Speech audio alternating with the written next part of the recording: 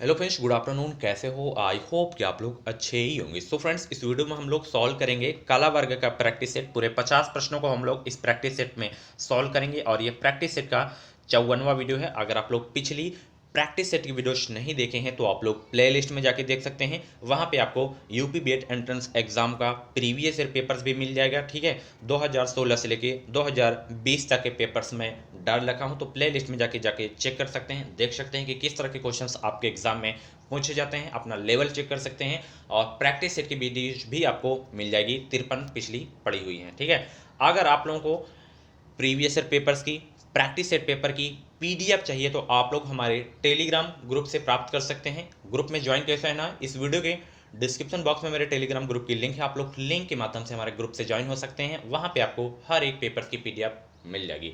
सबसे पहले मैं बीएड एंट्रेंस एग्जाम का प्रीवियस ईयर पेपर से उसमें डाला था, जाके चेक कर सकते हैं। पीडीएफ अगर आपको डाउनलोड करना है, आंसर की भी आपको उसमें मिल जाएगी। अभी लास्ट में बताऊंगा कि आंसर की इसमें मैं कैसे लगाता हूं, तो जाके आप लोग चेक कर सकते हैं। ठीक है, तो चलिए फटाफट स्टार्ट करते हैं। जो क्वालिटी है, ये पहले क्वेश्चन में ही गड़बड़ है, बाकी क्वालिटी जो है बहुत ही अच्छी है।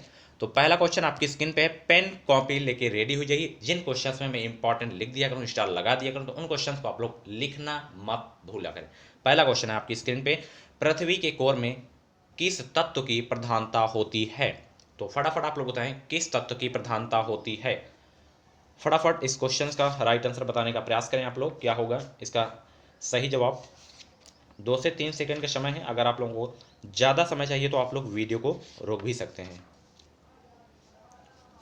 अगर आपको फ्री सीट लेनी है, अच्छे नंबर से बीएड एंट्रेंस एग्जाम को निकालना है, तो आप लोग अपनी प्रिपरेशन अभी से स्टार्ट कर दें। ठीक है, क्योंकि टाइम ज़्यादा नहीं है। ठीक है, बाद में आपको पछताना ना पड़े कि हम तैयारी नहीं किए थे और हमारा नंबर अच्छा नहीं आया था। तो तैयारी स्टार्ट कर दीजिए अभी से, बहुत समय है आप लोगों के पास अभी। ठीक है, तो पृथ्वी के कोर में किस तत्व की प्रधानता होती है? फटाफट आप लोग बताने का प्रयास करें।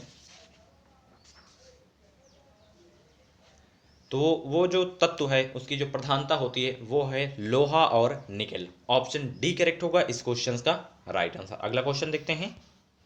क्वेश्चंस आप लोग यहाँ पे देख सकते हैं। 19वीं सदी के उत्तरार्ध में नव हिंदूवाद के सर्वश्रेष्ठ प्रतिनिधि थे।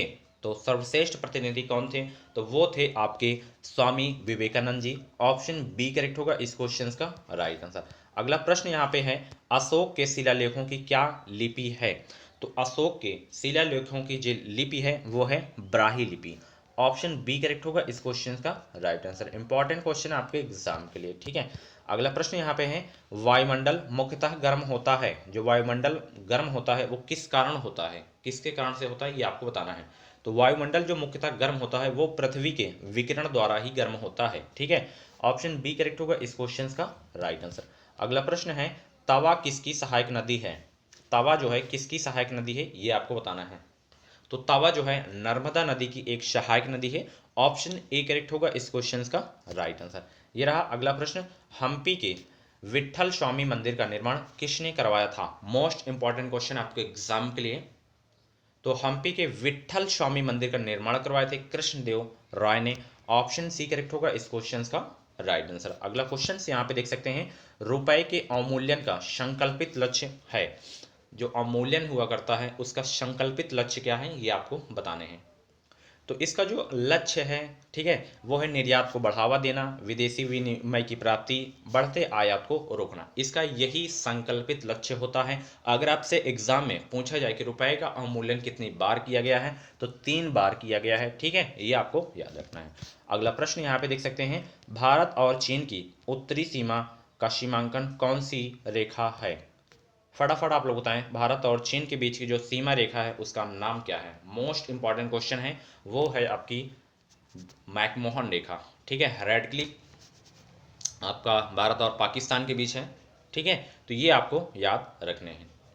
अगला प्रश्न यहाँ पे देख सकते हैं, किस पंचवर्षीय योजना का मुख्य उद्देश्य आर्थिक आत्मनिर्भरता था? फटाफट आप लोग बताएं किस पंचवर्षीय योजना का था।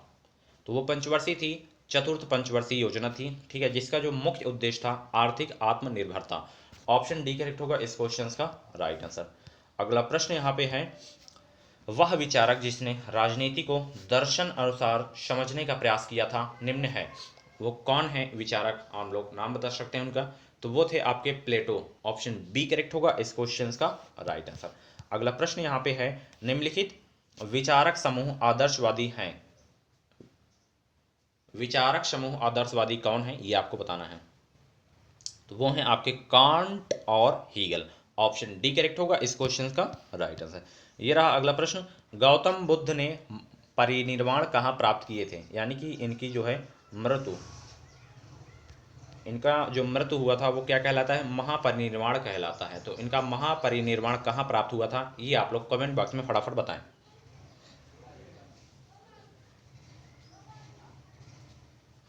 तो इनका जो महापरिनिर्वाण प्राप्त हुआ था वो हुआ था कुशीनगर में, ठीक है।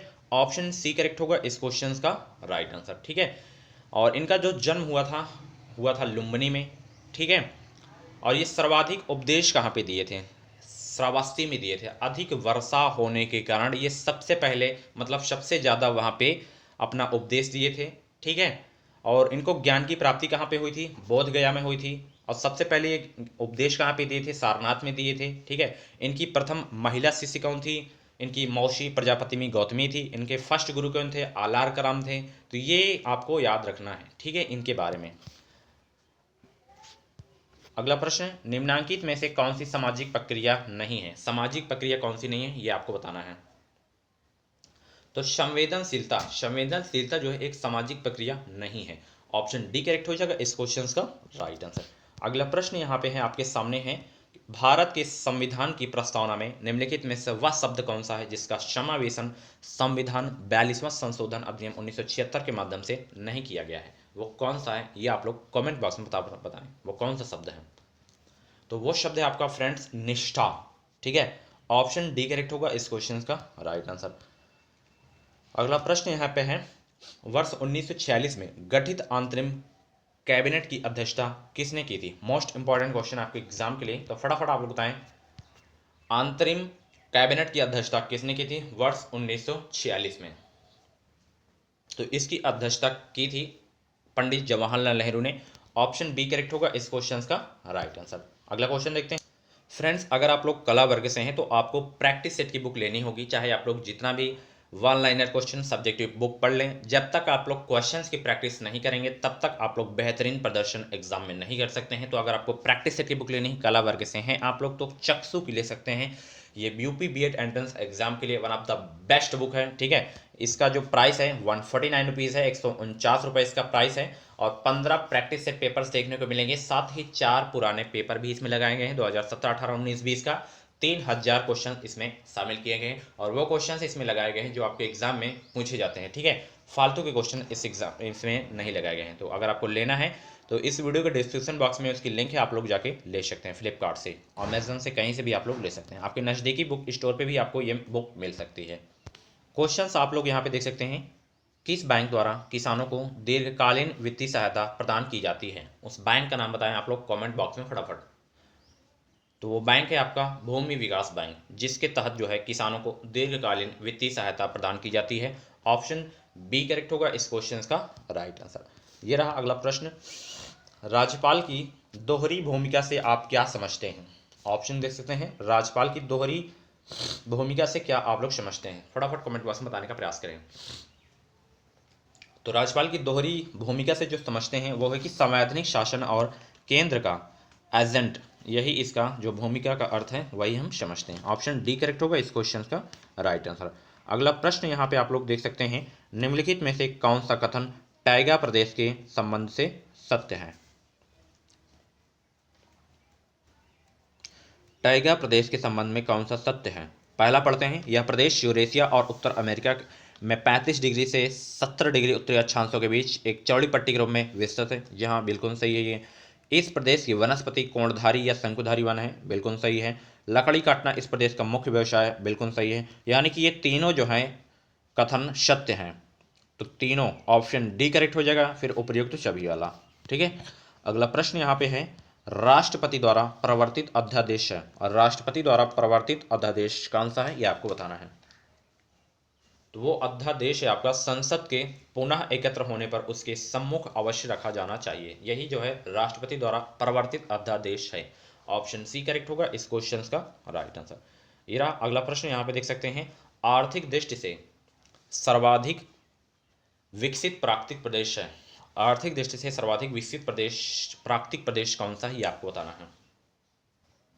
तो वह है आपका पश्चिमी यूरोपीय प्रदेश। ऑप्शन सी करेक्ट होगा इस क्वेश्चन का राइट आंसर। ये रहा अगला प्रश्न, यहाँ पे देख सकते हैं विश्व के अधिकांश सक्रिय ज्वालामुखी पाए जाते हैं। विश्व के अधिकांश सक्रिय ज्वालामुखी पाए जाते हैं, कहाँ पे पाए जाते हैं ये आपको बताना है। तो ये पाए जाते हैं नवीन मोड़दार पर्वतीय क्षेत्रों में। ऑप्शन सी करेक्ट होगा इस क्वेश्चन का राइट आंसर। अगला प्रश्न यहाँ पे देख सकते हैं महमूद गजनवी का दरबारी इतिहासकार कौन था।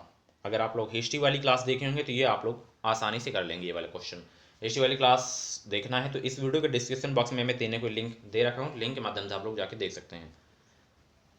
महमूद गजनवी का दरबारी इतिहासकार कौन था, तो वो था आपका फिरदौसी। ऑप्शन सी करेक्ट होगा इस क्वेश्चन का राइट आंसर। ये भी हिस्ट्री में क्वेश्चंस लगातार देख सकते हैं, लगातार मेरे नोट से आए हैं क्वेश्चन यहाँ पे प्रैक्टिस सेट में। और ये क्वेश्चन है कांग्रेस का सूरत विभाजन किस वर्ष हुआ था। फटाफट कमेंट बॉक्स बताइए ये क्वेश्चंस है या नहीं है। अगर आप लोग देखें तो बताएं फटाफट, और नहीं देखें तो जाके देख सकते हैं आप लोग। कांग्रेस का सूरत विभाजन किस वर्ष में हुआ था, तो ये हुआ था 1907 वर्ष में, ठीक है। ऑप्शन सी करेक्ट होगा इस क्वेश्चन का राइट आंसर, ठीक है। ये भी क्वेश्चंस 3 लगातार क्वेश्चंस देख सकते हैं आप लोग, 3 लगातार क्वेश्चन आए हैं। राष्ट्रीय कांग्रेस की स्थापना के समय भारत का गवर्नर जनरल कौन था, फटाफट आप लोग बताएं। ये तो भैया भारतीय राष्ट्रीय कांग्रेस के बारे में स्पेशल से ही उसमें मैं बताया हूँ, एक भी क्वेश्चन नहीं बाहर जाएगा राष्ट्रीय कांग्रेस के बारे में, भारतीय राष्ट्रीय कांग्रेस के बारे में। तो उस समय जो आपके गवर्नर थे वो थे आपके, तो उस समय जो गवर्नर जनरल थे वो थे आपके लॉर्ड डफरिन, जो कि इस ऑप्शन में नहीं दिया गया है। तो इनमें से कोई नहीं होगा, ठीक है। जाके देख सकते हैं लास्ट हिस्ट्री वाली क्लास में मैं ये क्वेश्चन सारे करवाया हूँ, ठीक है। उसमें बताया हूँ कि भारतीय राष्ट्रीय कांग्रेस के प्रथम मुस्लिम अध्यक्ष कौन थे, तो बदरुद्दीन तैयब जी थी। अंग्रेज अध्यक्ष कौन थे, जॉर्ज थे। तो ऐसे देख सकते हैं जाके। अगला प्रश्न है महात्मा गांधी ने वर्ष 1930 में सविनय अवज्ञा आंदोलन का प्रारंभ किया था। कहाँ से किए थे सविनय अवज्ञा आंदोलन का प्रारंभ, तो ये किए थे दांडी से।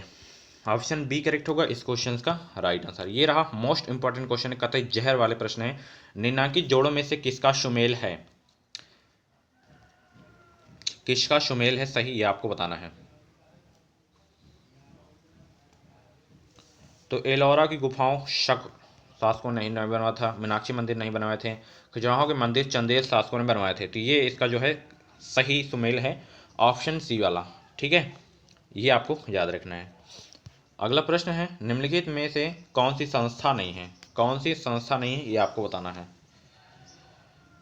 तो यहाँ पे ऑप्शन सी में जो आपको दिख रहा है अपराधी दल, ये क्या है, एक संस्था नहीं है। ऑप्शन सी करेक्ट होगा इस क्वेश्चन का राइट आंसर। ये अगला प्रश्न है एक समूह जिससे तुलना करके हम अपनी परिस्थिति की परख करते हैं वो कहलाता है, वो क्या कहलाता है, फटाफट कमेंट बॉक्स में बताने का प्रयास करें। तो वह कहलाता है संदर्भ समूह। ऑप्शन डी करेक्ट होगा इस क्वेश्चन का राइट आंसर। यह रहा अगला प्रश्न निम्नलिखित में से कौन सा मद भारत के संविधान की समवर्ती सूची में है। फटाफट आप लोग बताएं समवर्ती सूची में कौन सा है, तो वो है आपका जनसंख्या नियंत्रण और परिवार नियोजन। ये क्या है, समवर्ती सूची में है। ऑप्शन ए करेक्ट होगा इस क्वेश्चन का राइट आंसर।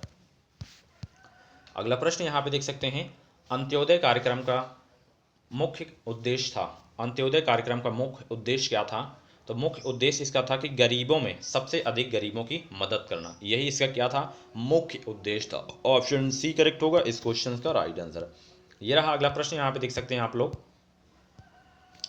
जब कन्या का पिता अपनी पुत्री को किसी पुरोहित को उपहार में दे देता है तो उसे कहा जाता है, उसे क्या कहा जाता है, तो उसे कहा जाता है देव विवाह। ऑप्शन ए करेक्ट होगा इस क्वेश्चन का राइट आंसर। ये रहा अगला प्रश्न शेर शाह के भू राजस्व व्यवस्था के संदर्भ में क्या सही नहीं है। यहाँ पे ऑप्शन देख सकते हैं, तो क्या सही नहीं, ये आप लोग फटाफट कमेंट बताएं। थोड़ा क्वालिटी इसमें पीडीएफ बनाते समय कम हो गई थी, तो क्या सही नहीं है कमेंट बॉक्स में फटाफट बताएं। तो यहाँ पे देख सकते हैं भू राजस्व की दर उपज 1/6 भाग तय किया गया था, ये क्या है, सही नहीं है, ठीक है।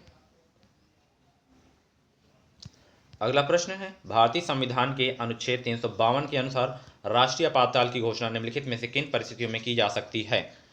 तो वो की जा सकती है आपके युद्ध हो, बाह्य आक्रमण हो जाए, सशस्त्र विद्रोह हो जाए, तो यही जो है राष्ट्रीय आपात की जाती है अनुच्छेद 352 के तहत। और 356 में राष्ट्रपति शासन लगाया जाता है और 360 में वित्तीय आपातकाल लगाया जाता है।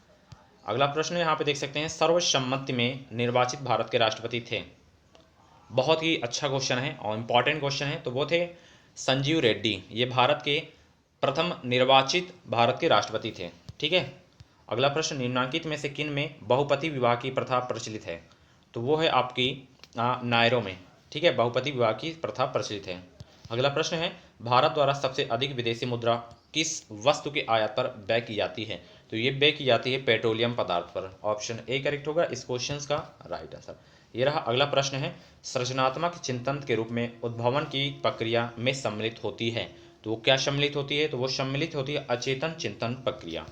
अगला प्रश्न, राधा कृष्णन के अनुसार जीवन का लक्ष्य है।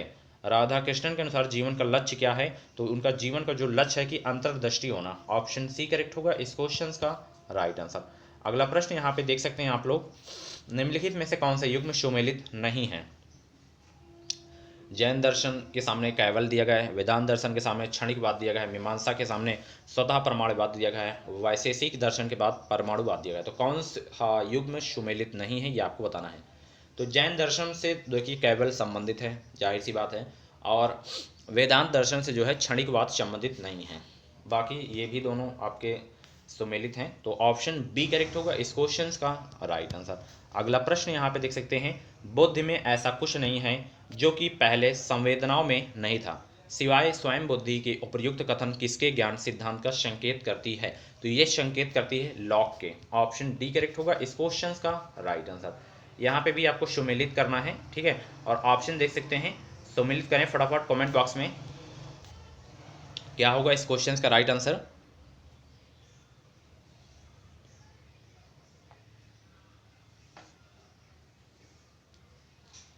कुछ दार्शनिक के नाम यहाँ पे दिए गए हैं और कुछ सिद्धांत के नाम दिए गए हैं, तो उनको आपको मैच करना है। तो बिल्कुल सिंपल सा है, बार्कले जो है संज्ञावाद से संबंधित है, होम आत्मनिष्ठ प्रत्ययवाद से है, और कांट जो है कांट प्रतिनिधिवाद से संबंधित है। ऑप्शन ए करेक्ट हो जाएगा इस क्वेश्चन का राइट आंसर। ये रहा कतई जहर वाला। हिस्ट्री वाली क्लास देखे होंगे तो आप लोग कर लेंगे। सत्यमेव जयते वर्णित है, किससे लिया गया है सत्यमेव जयते, ये आपको बताना है। बार बार एग्जाम में पूछा जाता है, इंपॉर्टेंट लिख लीजिए इसमें। सत्यमेव जयते जो वर्णित है, जो लिया गया है, वो मुंडको उपनिषद से लिया गया है। ऑप्शन ए करेक्ट होगा इस क्वेश्चन का राइट आंसर। ठीक है। अगला प्रश्न यहाँ पे देख सकते हैं, संप्रभुता के सिद्धांत का निम्नलिखित में से किसके इस उत्थान में ऐतिहासिक संबंध है? किसके उत्थान में ऐतिहासिक संबंध है? तो ये है निरकुश राजतंत्र में। ठीक है, ऑप्शन बी करेक्ट होगा इस क्वेश्चन का राइट आंसर। ये रहा अगला प्रश्न, एकत्व कानूनी संप्रभुता की निम्न एक विशेषता नहीं है। तो वो एक विशेषता नहीं है, पृथक कर्मणित। ऑप्शन बी करेक्ट होगा इस क्वेश्चन का राइट आंसर। ये रहा अगला प्रश्न, रेडक्लिफ ब्राउन ने लघु समुदाय की किन विशेषताओं का उल्लेख किया है? रेडक्लिफ ब्राउन ने लघु समुदाय की किन विशेषताओं का उल्लेख किया है? तो ये किए थे भिन्नता और लघुता के बारे में, स्वावलंबन, समझीता, यानी कि इन तीनों के बारे में किए थे। ऑप्शन डी करेक्ट हो जाएगा ये सभी वाला। ठीक है। अगला प्रश्न है, सीमेल ने समूह के निम्न में से किस रूप का वर्गीकरण किया है? किस रूप का वर्गीकरण किया है सीमेल ने? तो वो किए थे स्थायी और अस्थायी दोनों रूप में। ठीक है, ऑप्शन बी करेक्ट होगा इस क्वेश्चन का राइट आंसर। अगला प्रश्न यहाँ पे देख सकते हैं, समाज में, एक मिनट, समाज में पाई जाने वाली सावयवी एकता तथा यांत्रिक एकता का अंतर प्रक्रियात्मक स्तर पर किस समाजशास्त्री ने स्पष्ट किया था? तो ये जो स्पष्ट किए थे अर्थशास्त्री थे, वो थे आपके Emile Durkheim. Option B correct होगा इस क्वेश्चन का राइट आंसर। ये रहा अगला प्रश्न, वे नेता जो अपने कर्मचारियों की आवश्यकताओं से लगाव महसूस करते हैं, टीम कार्य के निर्माण की चेष्टा करते हैं, मनोवैज्ञानिक समर्थन देते हैं, को निम्न में से क्या कहते हैं? तो उसे कहते हैं आपका कार्योन्मुखी नेता। ऑप्शन डी करेक्ट होगा इस क्वेश्चन का राइट आंसर।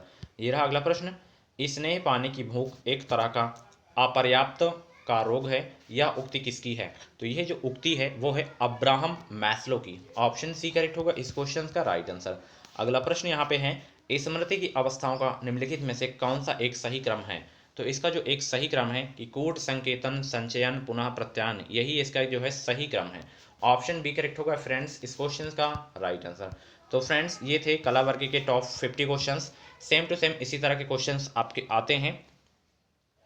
इसमें जो है कई सब्जेक्ट से क्वेश्चन आया करते हैं, जैसे आपका भूगोल हो गया, इतिहास हो गया, अर्थशास्त्र हो गया, राजनीतिक शास्त्र हो गया, मनोवैज्ञानिक हो गया, हिंदी हो गया, हिंदी व्याकरण हो गया, अंग्रेजी हो गया, 4-5 क्वेश्चन आ जाया करते हैं। तो इसी तरह से क्वेश्चन आया करते हैं, कम से कम 6 से 7 विषयों से इसमें प्रश्न पूछे जाते हैं। तो डेली प्रैक्टिस करते रहे, प्रैक्टिस से आपका हो जाएगा, कंप्लीट हो जाएगा, आपको बुक लेने की आवश्यकता नहीं पड़ेगी। अगर आप मेरे साथ डेली प्रैक्टिस करते हैं तो कला वर्ग की बुक आपको लेने की ज़रूरत नहीं पड़ेगी, ठीक है।